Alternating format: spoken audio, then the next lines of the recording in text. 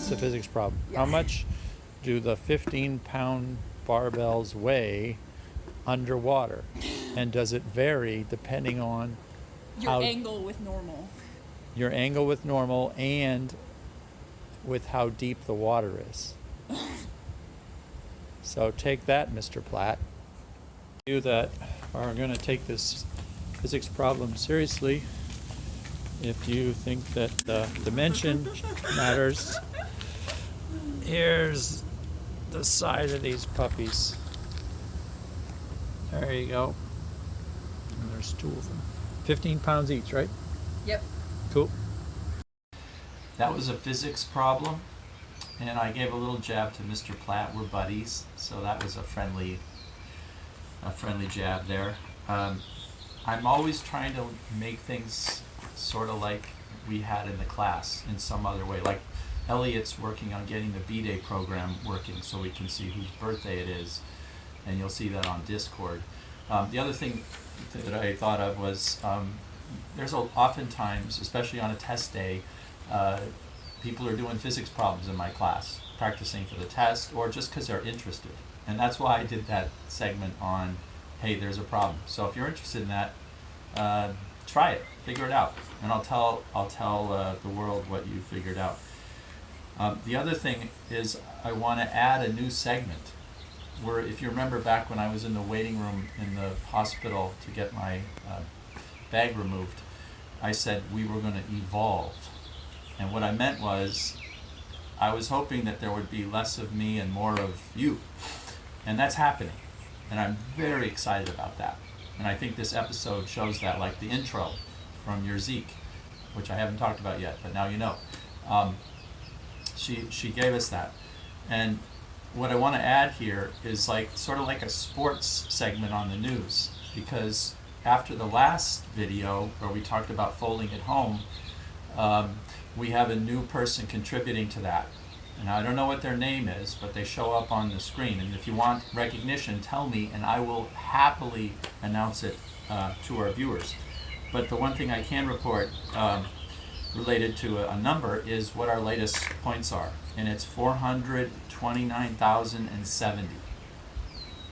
And so that is just too cool. So we have Lucas cranking away on that. We have the server in our classroom cranking away, and then we have this new person that's contributing also. Hey everybody. Hey, so buffet crowd, we're going to talk a little bit about odds and ends. And I'm going to do this, I think, from now on, sort of at the beginning of the part that's unique to buffet. I'm going to coach you on things, or yeah, so see how that works. Sort of like I do in class, or used to do in class. The first thing I want to do is give some credit where credit is due. You'll notice that on some of the PowerPoints, maybe all of them, the very first slide, the title slide has a name on it, Justin Park. And the reason it has that is because he made up the slides, and that's this kid here. And he graduated, it looks like 16. Anyway, this is one of the pictures on the back of my room. And he's the one who found Unity, thought it would be great for the class, convinced me to add it to Buffet. And the year that we brought it in, he actually taught the class. And I was like one of the students. And so he made up a bunch of these PowerPoints. So I took his PowerPoints and I've massaged them over the years since then. But I left his name there because he was really the inspiration for this whole thing. Next thing I want to talk about is we've made this folder first, which has our first project in it, and I'm actually liking that. So we're going to keep moving with this. I was going to have more folder structures, but it's very easy to mess up the folders, and especially when I can't run around and help you. I think it's better if we just keep this folder as is, and what we're going to do is we're going to save different scenes. So every time you do something where you think you want to come back to right where you left and you're done, you're tired, you want to leave, save the scene, and that will save all the game objects where they are in the status of where they are. And then when you come back and you open that scene up, it'll bring you right back to that point. And to export our game, this is the thing you would sell. And the reason you want to do this is all this stuff around the perimeter, the hierarchy, the inspector, the assets, you wouldn't want to see that if you were like watching a movie or playing a video game. It's like using a game inside of an IDE. And we wouldn't ever want to do that. We want to just see the good part. And the good part for us is this part that's in blue. That's our product with the falling guy. Great movie. So how do we get that? So here's the steps. And remember, you can hit pause. So we're going to go hit File, the File button, and we're going to say Build Settings. And the name of my scene, we got to get the name of the scene in here, is Falling. Okay, so I'm going to go over here where it says Add Open Scenes, and I'm going to click on that, and it's going to put Falling in there because it's smart enough to know that the scene I'm using right now is called Falling, and it puts a little checkbox. I have another scene called Gravity, so you can toggle these. I could pick this one, where eventually we're going to make games that have a beginning scene, a middle scene, and an end, and you would go check all of them. And then this is the list of all the different platforms that we can run this game on. And this is part of the cool thing about Unity, is we could pick Android, and then this would be a phone app just by pressing the button. But right now I'm on a PC, so I want this guy. And so that writes Windows over here. And then I say build. And what that does is that's going to go, oh, and I have to pick a name. So I'm going to pick a name. I'll just call it a demo, because that's what I'm doing. I'm demoing how to do this. So I'm going to say save. And now it's going to go think. It's doing a bunch of stuff so that I can watch my beautiful movie. And it's putting new files and stuff in the folder. So you can see there's a bunch of stuff here that's new, and I'm actually going to capture that somewhere else. So I'm going to go over here, and I'm going to make a new folder. This is the one time I like to pull things apart, and I'm going to call this My Game. Okay. Now the things that are new in here are, come on, baby. Why doesn't okay. Oh no, come back right when I'm on video. Okay, so first off, there's a demo exe file. I called it demo, remember? I want that. This is the part I'm going to sell. And then there's also another thing called that has demo in the title, demo data. And I'm going to take that and put that over here. And I believe that's all I need. We're going to find out. So now over here, if I double click on this exe file, whoops, I guess it didn't, oh, it needs that DLL file. Okay, so there's a DLL here too. So I'm going to take this guy and move this over to here also. And so now I'm going to say demo, boom. Okay, that opens up this window. Now make sure when you run this, there's a little box here that says windowed. Click windowed, make sure that's checked. And then you can pick how big the window is going to be. I pick a big one. And then I'm going to hit play. And now we see our groovy game, hopefully. Watch out, it's exciting. Boom. There we go. That's it. Okay, so all of these things, these three things together, make it so that that's how you run the game. And again, all you have to do is double click on it. This window opens up, make sure that's checked, hit play. I don't have to repeat things when I'm videotaping. I keep forgetting that. Okay, so that's that. But one other little tidbit, Buffet. I heard from somewhere that people didn't, if you might not have had PowerPoint at your home, and so how would you be able to see my presentations? So I'm going to try and PDF them. And so if you're having that problem, try getting a new textbook. And remember, you don't have to download the whole thing. You can just go inside your existing textbook and double click on that file that Ravi created, and that'll go get you a whole new one, which hopefully will have PDFs in it. Hi everybody, so we're going to talk about the camera. And I want to start the way I'd like you to start every day, which is open up your first, let me do that so you can see what I'm going to open up my first folder, which is the same thing we've been doing every day. We get into assets, and now notice I am coming up with 3 scenes. And I have this one called falling. I'm going to open that guy up. And you can open up likely whatever one you used last. And we're going to talk about the camera. Okay. So no, for now, yeah, we've got one game object, and it doesn't matter. Whatever you have is good. I have one game object, and you can see again, if I highlight it in the hierarchy, here's the hierarchy over here, which lists all the game objects. Then over here, I hear all about it. And like its name's Fred. That's why it says Fred over here. And then here's all the information about Fred. It has a rigid body component. This is the location. And the thing I want to talk about today is the camera. We've just sort of so far said it's there. And you can see where the field of it is. I think I've mentioned that before. But if I were in class with you right now, I would say out loud, and I want you to try to think about this on your own. I'd like to know where the camera is in the z-axis. So I'm not going to wait, because you can hit pause to think about it, and that's what I recommend.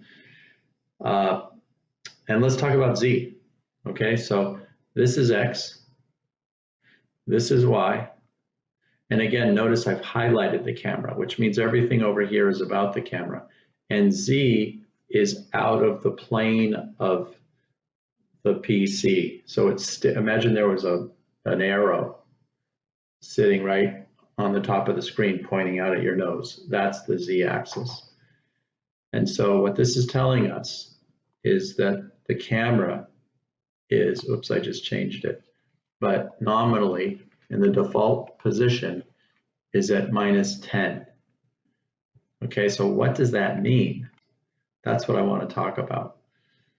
Okay, so the easiest way to understand this is if I press play now, knowing that the camera is at -10, we see it.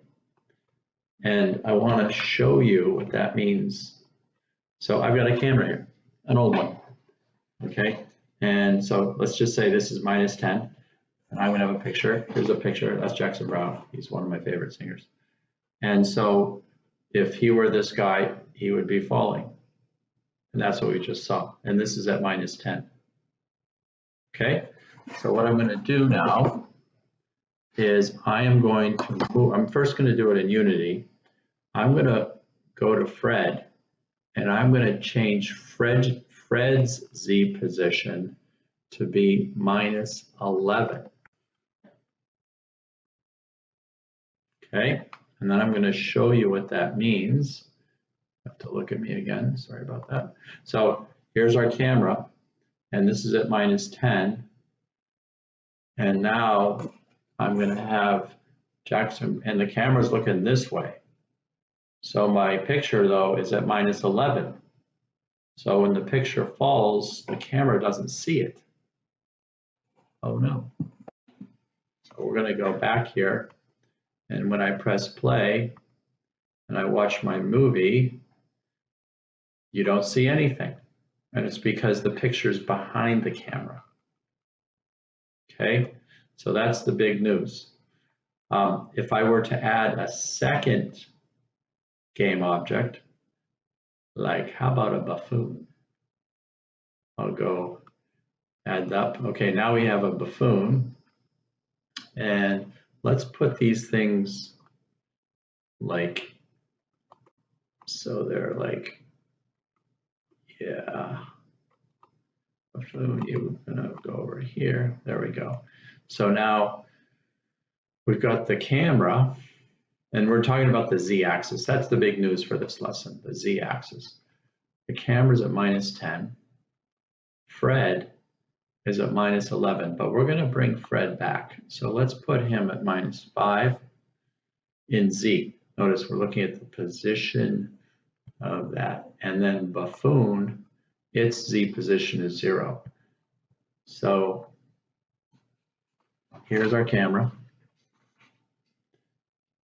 I'm going to be the Buffoon. Okay, so here's the camera, and then that's at -10, and then our picture is at -5, and then I'm the Buffoon, and I'm at 0. So if the picture is going to fall, and this is the camera, think about what it's going to look like in terms of depth. Who's going to be in front of who? Who's closest to the camera? That's the question. Okay, so again, camera is at -11, -10. Fred is at -5, the little guy, and Buffoon is at 0. So think about what you expect that to look like. And here we go. Boom. Okay, so as expected, the camera's here, the picture's here, and the Buffoon is here. This is at -5, this is at -10. It's closer to the camera than Buffoon is. I think I called myself a buffoon. It's fine. Okay, so that's how Z works. And that's really important for making these movies because you're going to have things in different orders, and that'll help you give a depth of perception. So the lab associated with this, if you go to the PowerPoint that's in the folder, the next folder, 5 I believe it is, I want you to make 5 game objects, and I want you to have them be in different orientations. Okay, so that's a little tricky. You have to try, see if you can figure that out. I've mentioned it actually in a previous episode. So I've rotated that guy that way, this one this way, and there's 5 of them, and I want them to be at different Z positions, and I want them all to be falling, but at different speeds. And so you'll see them, you'll see this, which ones are in front of the other ones. And I did that example with just 2. So if you can imagine, if I made a couple more of these and I put them all at different Z positions and I had them all fall at different speeds, I would be able to see, I would be able to tell which ones are in front of the other ones. That's the lab. And the last thing I want to talk about and ask you to do is sort of tie all the ideas together from this lesson, is what you're going to submit to Edmodo on this assignment is your application. So I want you to export your falling objects, and I want you to send me the folder that has all of that stuff in it. And if you recall from earlier in this clip, I made a folder called My Game, and then we put these things in it. And if you remember, if I double click on the demo and I click the window box and hit play, I see my guy over on the left falling down. Yay, there he is. And so what I want is this from you. So you need to make this folder, okay, and I called it My Game. Now, in order to give it to me on Edmodo, you have to compress it. So here's how you do that. You're going to right click on it, and you're going to go down to Send To. Remember, you can hit pause. Send To, and you're going to pick the second choice, at least on mine, that says compressed or zipped. And so then that's going to make a folder that has a little zipper on it. which is somewhere on my screen. Oh, there it is, outside of your field. There we go. And that guy is what you're gonna, when you say attach file to your Edmodo, the Edmodo Blast, you're gonna give me this. And then I'll be able to run your program, which will tell me you know how to export stuff, and you also know how to, you understand Z. Hi, everybody. So this is our little AP chat, and I'm going to give you a problem to work on, which is on the screen right now. So have a look at that. Remember, you can pause, and then at the very end of this AP section, we'll talk about this, and this is to give you practice with classes. And so I wanted to do that. And there's a few announcements. The first is I went to another webinar, and I'll just show this while I'm blabbing. And then the basic plan for the next couple of weeks for AP preparation is to do what we're doing, is to do practice problems.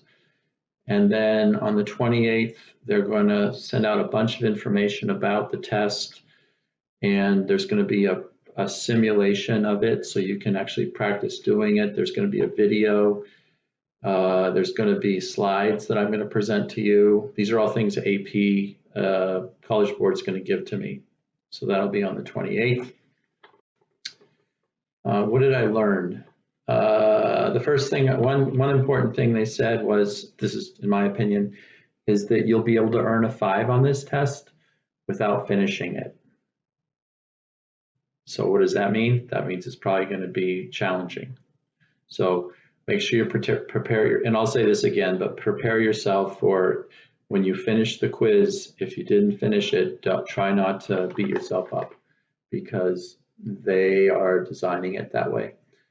The second big thing I learned was the first question, which is like the third questions if you're doing practice APs from old times, is open-ended, which to me means it's going to be something like write a class that does blah blah, like the blank kind of quiz. So a simulation of what this would be is like B-Day. If you go back and look at the problem statement for B-Day and imagine them giving you that as your whole free response question to do in 25 minutes. So that's a good way to think about what's happening. A couple students have approached me, multiple, I guess that's a couple, for more practice problems. And I'm working something inside AP Classroom, which I haven't been able to get the answer to open up some practice problems. So I'll get back to you on that.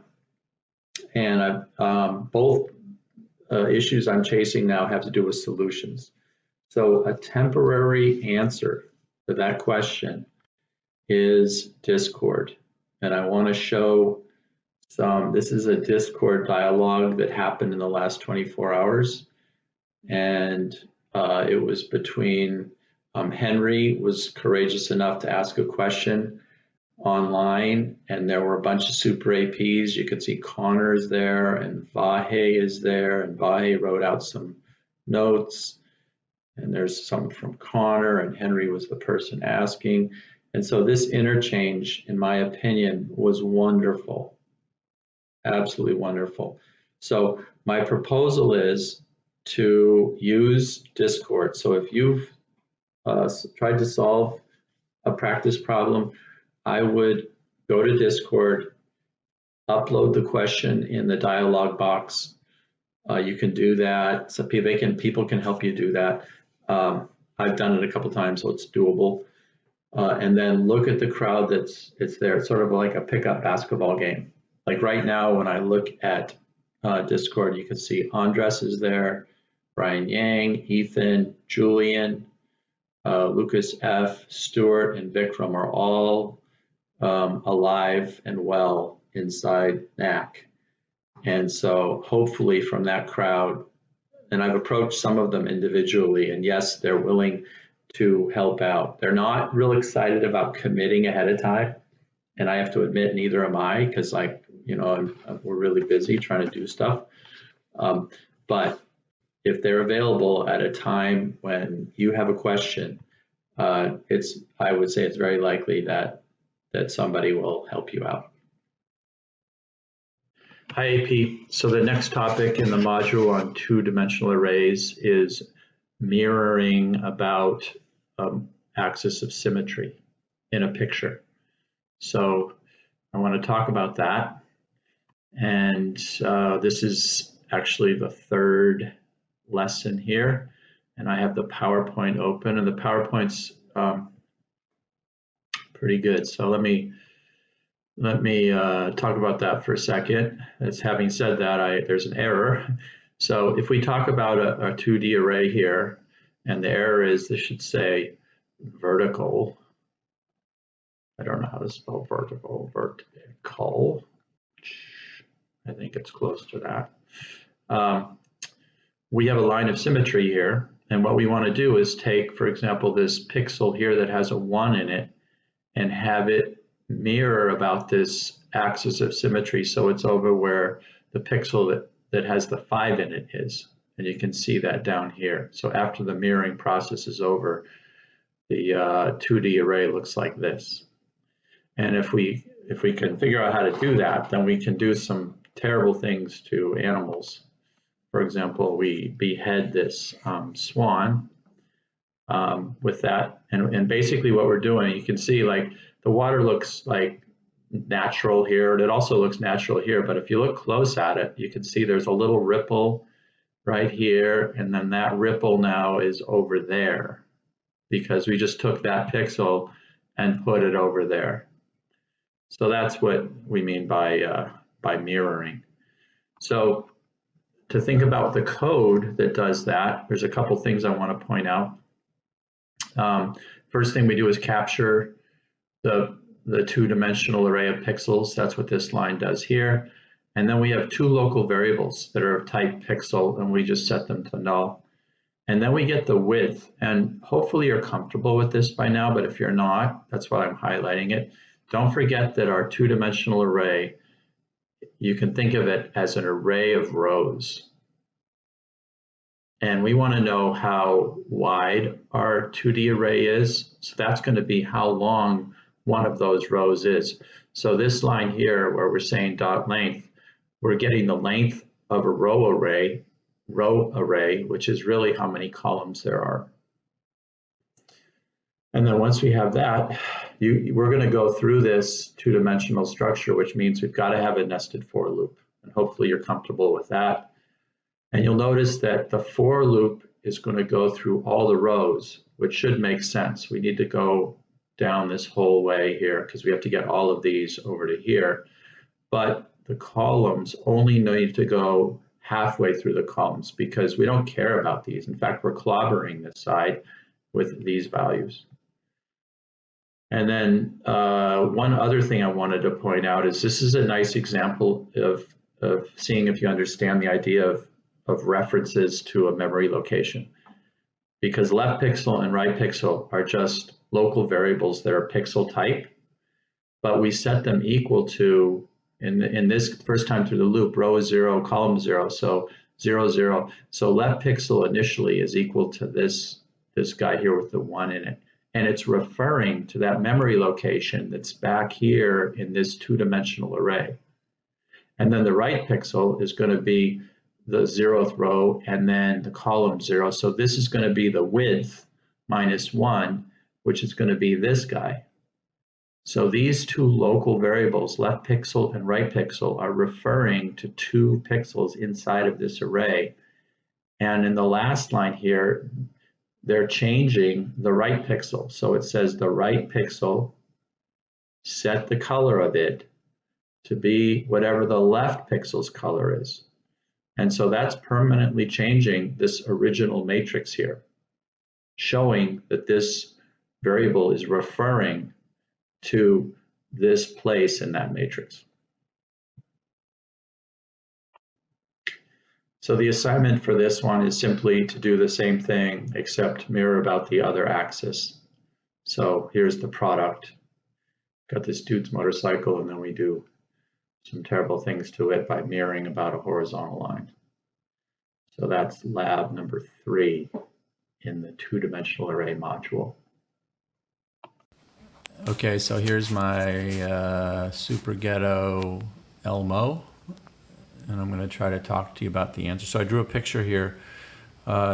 This is each employee, and then this box here is supposed to represent RAM, and the string is part of the RAM, okay, but this whole thing represents the RAM that's allocated for making E1.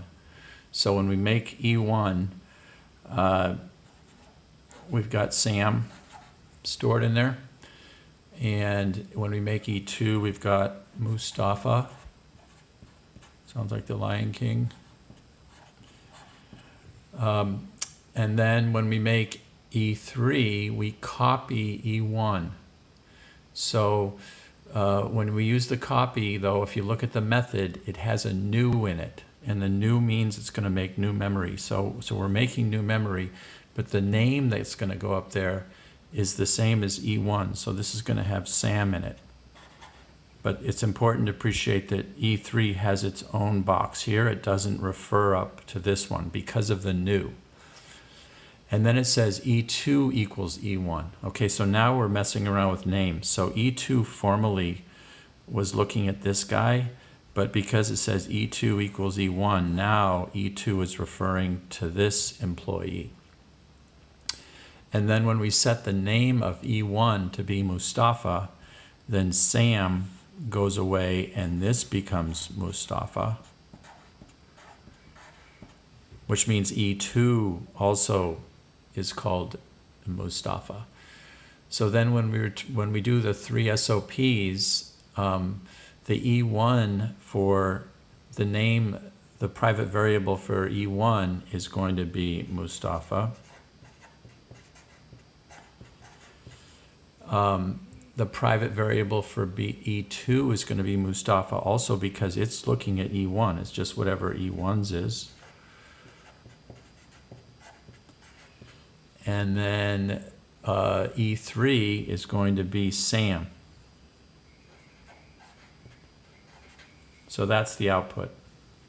And I know you don't have multiple choice. Whoops, I wasn't watching. Shoot.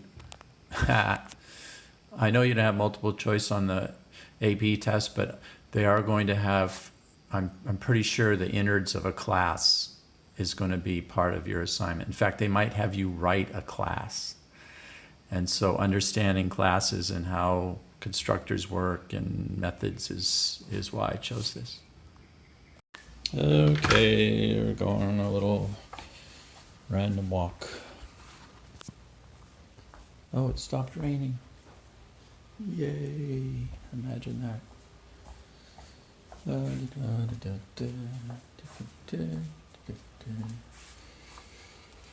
Oh boy. Let's just go in here and see what might be happening. Oh, look what's happening here. Wow. Look at this website. No, it's a YouTube channel which has 5 subscribers. Wow. Do you know how to say that? Subscribers. No, this thing that starts with a C. Can you say that? What is that? Is that French? Code no Yuname. Yeah, sure. I'll have one of those. Wow. So why were you on this channel? That's pretty random. Just suddenly interested? I like to learn a lot of different things. Wow. You're so well-rounded. Yeah. Thank you. Can you press play or something? Or oh, what's that, by the way? That's a radiograph of a dog's abdomen. Oh, nice. And is that something special there, right there? What's that thing? That's a distended small intestine. Oh, okay. I'll have one. Maybe I do. Oh, and over here you have, how did you pronounce that again? Kojuname. Very good. So, let's adventure here. Can you click on that thing? I can. Go ahead and see what happens. Hey everybody, Oh. I'm a super AP from first period, and Wow. We're going to take some time today to. You should point at the screen that's Viewers' moving. questions that I'm was pointing assigned at the sound. some I'm pointing- time ago. Yeah, thank you. Again, Thanks for those start off by tips. saying that I hope you guys are all doing well. I hope you guys are all safe and had some time to relax and unwind and spend time with your families. Also, hope Wow, you what a guys friendly had voice. some time to work Ah. on schoolwork and whatnot, and have found the time to. This looks like a work through your computer schedules program. in a timely manner. I hope you guys are all doing well. Wow.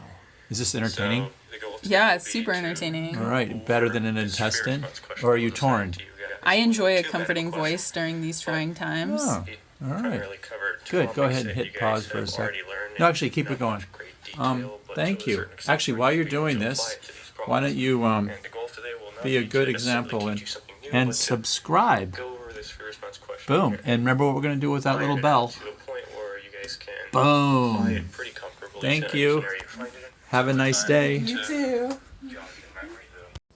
Yeah, so that little comical short was advertisement for Vahe, Professor Vahe, we call him in first period. And he actually is really passionate about teaching, and it shows. So he has spawned off his own YouTube channel in response to wanting to help us out with the AP crowd and getting ready for their AP test. So he's going to post episodes where he goes over assignments that I give for the AP crowd. And so AP, I encourage you to go to that site that I can't pronounce and subscribe, and then you'll be able to see solutions to questions that you've been working on. And yeah, that's really cool what Vahe's doing, in my opinion. And I also want to give a shout out to your Zeke, and she's the one who put the new bumper, the thing at the beginning and the end of the vlog, and she made the Neato's vlog and did all the art for that, and that was her own doing. And I noticed during class she does stuff like this too, like in Python she pixelated this like Pokemon looking thing, and that came out really cool. So she's got this artistic flair, and she combines that with the code, and it's really cool, and I appreciate that. I think it makes my episodes a lot more entertaining when there's stuff in there that's created by students. So thanks for that, both Vahe and your Zeke.